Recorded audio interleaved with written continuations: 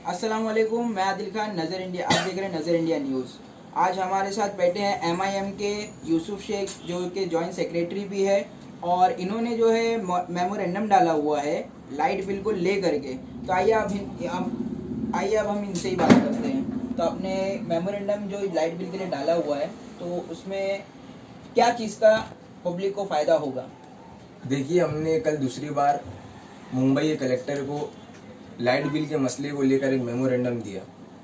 इससे पहले हमने 20 जुलाई को बकरीद से पहले एक मेमोरेंडम कलेक्टर साहब को दिया, लेकिन उस पर कुछ एक्शन नहीं होने की वजह से कल हमने फिर एक कलेक्टर साहब को एक मेमोरेंडम दिया, जिसमें हमारी पार्टी के नेशनल स्पोक पर्सन जनाब एडवोकेट वारिस पठान साहब, जो कि भाई कल्ला के फॉर्मर एमएलए हैं, और हमारे मुंबई के प्रेसिडेंट जनाब फैयाज अहमद खान साहब, और हमारी महिला विंग की प्रेसिडेंट रुखसाना मैडम कल, और हमारी पूरी टीम कल कलेक्टर ऑफिस में पहुंची वापस। और हमने एक बार फिर से कलेक्टर को लाइट के बिल को लेकर फ्री करे, उसको माफ़ करे लाइट के बिल को, क्योंकि जो एक अनप्लान लॉकडाउन आज तकरीबन 4 या 5 महीने से इस पूरे हिंदुस्तान में लगा हुआ है, जिसकी वजह से तमाम लोग परेशान हैं। इस वजह से हमने लोगों की बात सुनी और हमने कलेक्टर को लाइट के बिल के मसले को लेकर हमने मेमोरेंडम दिया। मुझे ये बात एक समझ नहीं आ रही है कि कांग्रेस यूपी में और गुजरात में लाइट के बिल को लेकर आवाज़ उठाती है। ये बहुत अच्छी बात है, लोगों के फ़ायदे की बात है, लेकिन ये आवाज़ उस जगहों पर उठा रही है जहाँ इनकी सरकार नहीं है। यूपी में और गुजरात में सरकार नहीं होने के बावजूद आपने आवाज़ उठाई, बहुत अच्छी बात है, लेकिन आप महाराष्ट्र में सरकार में बैठकर आपके कितने बड़े लीडरों ने इसके खिलाफ आवाज़ उठाई? मेरा ये सवाल कांग्रेस से है। आज कांग्रेस सिर्फ और सिर्फ इलेक्शन में इस बिना पर इलेक्शन लड़ती थी कि उनके अपोजिशन में मजलिस इत्तेहादुल मुस्लिमीन अगर इलेक्शन लड़ रही है तो उनके पास कोई स्ट्रेटजी नहीं थी, तो वो एक ही मुद्दा सिर्फ चलाते थे कि ये जो मजलिस है ये बीजेपी की बी टीम है। तो इस पर मेरी पार्टी के प्रेसिडेंट अलहाज बैरिस्टर असदुद्दीन अवैसी साहब ने बहुत खूब कहा कि हमको आप बी टीम नहीं कहिए, हमको आप ए टीम कहिए। आप हमारी इज्जत को गिराइए ना, आप हमारे ऊपर इल्ज़ाम लगा रहे हैं, हमें कबूल है। आपको अगर ऐसा लगता है कि हम बी टीम है तो ठीक है, हम बी टीम है, लेकिन कल एक ऐसी बात हुई कि पार्टी के एक्स प्रेसिडेंट राहुल गांधी ने, एक ऐसी शख्सियत जो तकरीबन 45 साल से कांग्रेस में एक मुसलमान बड़ा चेहरा था, गुलाम नबी आज़ाद साहब, कल उनको यहाँ तक कि राहुल गांधी ने कह दिया कि ये बीजेपी के एजेंट है। तो इससे ये पूरा साफ बात जाहिर होती है कि अगर कांग्रेस के अगेंस्ट में मैं कुछ कहता हूँ तो मैं बीजेपी का एजेंट बन ही जाऊँगा, ये मुझे पूरी उम्मीद है। हम भले से दूसरी पार्टी के, लेकिन कल उन्होंने एक ऐसी मिसाल दे दी कि जिससे हमें पूरा यकीन हो गया कि इनके पास दूसरे मुद्दे नहीं है, ये सिर्फ और सिर्फ बीजेपी एजेंट और बी टीम और दलाल इस मुद्दे पर ये इलेक्शन लड़ेंगे। तो मेरी ये लोगों से अपील है कि हम और आप समझदार हैं, हम और आप अब कांग्रेस की सच्चाई को समझ ले, क्योंकि 70 साल कांग्रेस ने सिर्फ और सिर्फ मुसलमानों की पीठ में छुरे भोंके, इसके अलावा कुछ काम नहीं किया उन्होंने। लेकिन आज बीजेपी वही काम करती है तो हमें तकलीफ है। क्यों? क्योंकि बीजेपी ये काम जो कर रही है वो हमारे सामने कर रही है, और इन्होंने हमेशा ये काम हमारी पीठ में छुरे भोंके। तो इसीलिए मैं ये कहना चाहूँगा कि बीजेपी और कांग्रेस एक ही सिक्के के दो रुख है। आप अगर बीजेपी को वोट दे रहे हैं तो आपको तकलीफ है, और आप कांग्रेस को भी वोट दे रहे हैं तो आपको तकलीफ है। ये बात कहकर मैं अपनी बात को यहीं ख़त्म करना चाहूँगा, और मैं आखिर में हमारे महाराष्ट्र के मुख्यमंत्री श्री उद्धव ठाकरे साहब से ये गुजारिश करूँगा और ये अपील करूँगा अपनी पार्टी की तरफ से कि वो इस लाइट के मुद्दे को गंभीरता से इस पर अपनी निगाह करम करे और इस पर एक्शन लेकर महाराष्ट्र के लोगों को जो लोग परेशान हैं महाराष्ट्र के, उनको आप एक तरीके से राहत पहुंचाने का काम करें। बहुत बहुत शुक्रिया। जय हिंद, जय महाराष्ट्र। जैसे कि आज हम बैठे हैं कि अशफाक साहब, इनका उर्फ डेविड, इनको नाम से डेविड से जाना जाता है, और एमआईएम में काफ़ी सालों से इन्होंने काम किया है। तो अशफाक साहब, हम ये पूछना चाहेंगे आपसे कि अभी जो 2022 का इलेक्शन है, ठीक है, तो क्या एमआईएम फिर से आएगी भाई कल्ला के अंदर? एमआईएम 2022 का जो बीएमसी चुनाव है, हमारे प्रेसिडेंट फैयाज अहमद साहब ने दारुस्सलाम के अंदर वादा किया है और इंशाअल्लाह ताला उस वादे पे मजलिस के हर कार्यकर्ता, मजलिस के हर लोग, जो हमारे प्रेसिडेंट ने वादा किया है जैसे दारुस्सलाम में, वो चीज़ पे हम कायम है और उससे ज़्यादा सीट इंशाअल्लाह ताला हम ज़्यादा से ज़्यादा सीट लाएंगे। और जो वारिस भाई के जो ऐसा बताया जाता है कि जो पीए वगैरह है, तो आप उनके बारे में क्या कहना चाहेंगे? मैं वारिस भाई के एक पीए को जानता था, वो विलास था। दूसरा पीए कौन है मुझे नहीं मालूम। मैं 5 साल वारिस भाई के साथ काम किया हूं, मैं एक ही पीए को जानता था, वो विलास था। ये दूसरा कौन है शायद आपको मालूम होगा, मुझे तो नहीं मालूम। नहीं, जैसा कि पता चल रहा है कि यानी शिवसेना ज्वाइन कर लिया है एमआईएम वालों ने, तो आप उसके बारे में क्या कहना चाहेंगे? एमआईएम वाले शिवसेना में गए, कांग्रेस में गए, एमआईएम जहां थी उससे और आगे इंशाअल्लाह ताला एमआईएम जाएगी। एमआईएम को किसी से जाने से मजलिस को फर्क नहीं पड़ता, कोई भी आए कोई भी जाए।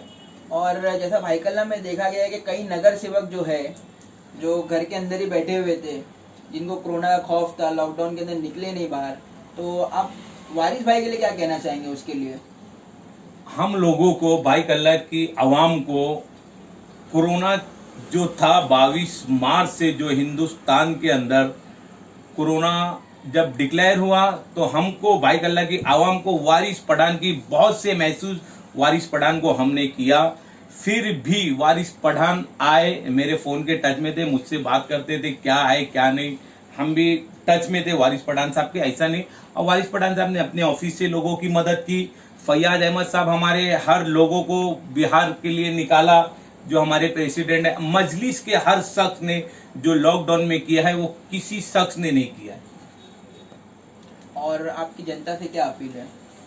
जनता से यही अपील है कि जो चुनाव आने वाला है बीएमसी का, हमें हमारे प्रेसिडेंट को पकड़ के चलना है और वो जो बोलते वैसा करना है। हम इंशाअल्लाह ताला भाई कल्ला विधानसभा के अंदर 3 सीट निकाल के इंशाअल्लाह ताला हम निकाल के बताएंगे।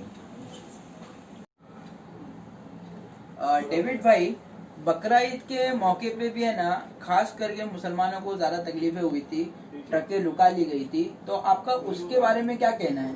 देखो, बम्बई के मुसलमान बहुत कॉन्फिडेंस में थे कि बकरा ईद बहुत अच्छे से बनाने मिलेगी, क्योंकि ये जो रिक्शे वाली सरकार है, शिवसेना, राष्ट्रवादी कांग्रेस और कांग्रेस जो अपने आप को सेकुलर बोलती है, थोड़ा ऐसा कॉन्फिडेंस में था कि अब थोड़ा इजी होगा।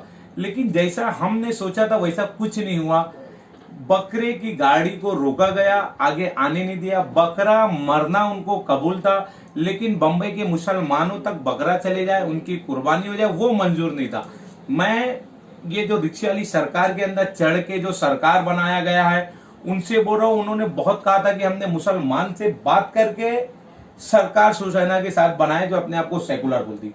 अब ये काय की सेकुलर, जो मुसलमान इतनी तकलीफ उठा लिया है ये बकरे ईद के अंदर, लोगों के पास बकरे नहीं है, 65 बकरे मर रहे, लोग अपने जंगल में, व्यापारी लोग बेचारे जो साल भर मेहनत करके आके बम्बई में, जिनकी रोजी रोटी साल भर घर चलता है, ये टाइम बहुत परेशान हो गए। और ये सरकार जो है, जो बोलती थी अपने आप को, लेकिन उन्होंने ऐसा कुछ भी नहीं किया कि जिससे मुसलमान को ऐसा लगे कि हाँ वो मुसलमान से पूछ के सरकार बनाई है। और जैसा कि पार्टी जो है, जैसा ओवैसी साहब की जो पार्टी है, और काफी मुसलमानों का भरोसा भी पार्टी के लिए, तो पार्टी ने ये चीज के लिए क्या किया था? पार्टी ने, हमारे बम्बई के प्रेसिडेंट फैयाज अहमद साहब, हर जगह, हर टोल पे जाके उन्होंने लड़ाई किया, धरने पे बैठा। और किसी शख्स ने, जो मुसलमान कांग्रेस में जो इस वक्त है, राष्ट्रवादी में है या कांग्रेस में है, वो किसी ने नहीं गया, किसी ने नहीं बोला। किसी को कोरोना हो गया, एक को तो मैं सुना कोरोना हो गया था, असलम शेख को, तो घर में बैठ के डर के, अब अल्लाह ही जानता है क्या हुआ था। लेकिन ऐसा कुछ भी नहीं हुआ। दिल भाई, मैं आपके चैनल से एक मैसेज देना चाहता हूँ कि मुसलमान कॉन्फिडेंस में था, लेकिन मुसलमानों का कॉन्फिडेंस तोड़ दिया गया। मजलिस के जो थे जान का फैयाज अहमद साहब, उन्होंने बहुत मेहनत की, जो कि ना सरकार में थे ना कुछ थे, बेचारे ने बहुत मेहनत की। वारिस पठान साहब ने बहुत मेहनत की, लेकिन सुनवाई नहीं हुई। जो सत्ता में बैठे वो तो घर के अंदर बैठे थे, नवाब मलिक साहब, आमीन पटेल साहब, उन्होंने किसी ने भी कोई टोल पे या किसी अधिकारी से बात किया क्या कि भाई बकरे आने दो? बहुत कॉन्फिडेंस था कि इनकी सरकारें तकलीफ नहीं होगी, लेकिन ये टाइम जितना बंबई के मुसलमानों को तकलीफ हो गई है, शायद मैंने 32 साल 33 साल का हो गया, मैंने इतनी तकलीफ कभी नहीं देखा जो बकरीद में ये टाइम हमने तकलीफ को देखा है। बचपन से लेकर के आज ही आपने यही ये बहुत देखा। लॉकडाउन का हम भी पालन करते हैं, हम भी सोशल डिस्टेंस रख सकते थे, जैसा परमिशन देना चाहिए देवनार में लोगों को काटने के बकरे की एंट्री देना चाहिए था। हम भी डिसिप्लिन से लोग मुसलमान करते थे, आते थे जाते थे, लेकिन ऐसा कुछ भी नहीं हुआ। बहुत उम्मीद थी, जो उम्मीद के ऊपर इन्होंने हमारे पानी फेर दिया। जैसा कि हमने बहुत सारी बातें की यूसुफ शेख से और अशफाक खान उर्फ डेविड से, बहुत सारी बातें की, उनके पार्टी के विरुद्ध भी हमने कुछ कहा और उन्होंने भी कुछ कहा। और जैसा कि यूसुफ शेख ने कहा कि लाइट बिल के बारे में कहा कि उन्होंने मेमोरेंडम दिया है, और इमरान ने कहा कि उन्होंने लॉकडाउन के ऊपर बातें की, जो कि नगर सेवक नहीं आए थे, 6 नगर सेवक जो थे और एक एमएलए है, और इन्होंने जो पार्टी का काम किया, हमारी कुछ बहस भी हुई। और डेविड भाई ने भी कुछ कहा कि बकरीद के मौके पे बकरों की जो गाड़ियाँ थी वो बहुत सारी रोक दी गई, कितने बकरे मर गए, उन सभी बातों का खुलासा हमने किया है। और आप देखते रहिए नज़र India news. Cameraman Laeeq Ansari के साथ आदिल खान, नज़र इंडिया न्यूज़। जय हिंद।